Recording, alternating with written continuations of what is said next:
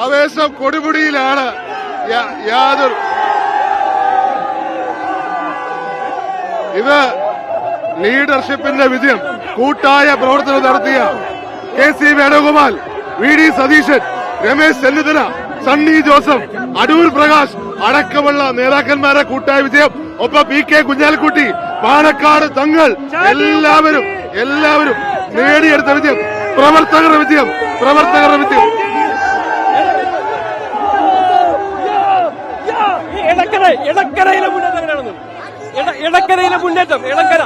എടക്കരയിൽ 1300ഓളം വോട്ടുകളാണ്. ഞാൻ അല്പം കൂടി പ്രതീക്ഷിച്ചു.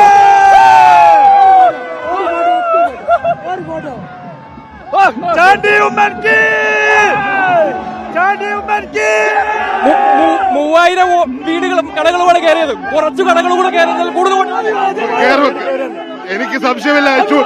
ഇച്ചൂടെ സമയം ഉണ്ടായിരുന്നു നടന്നതിന്.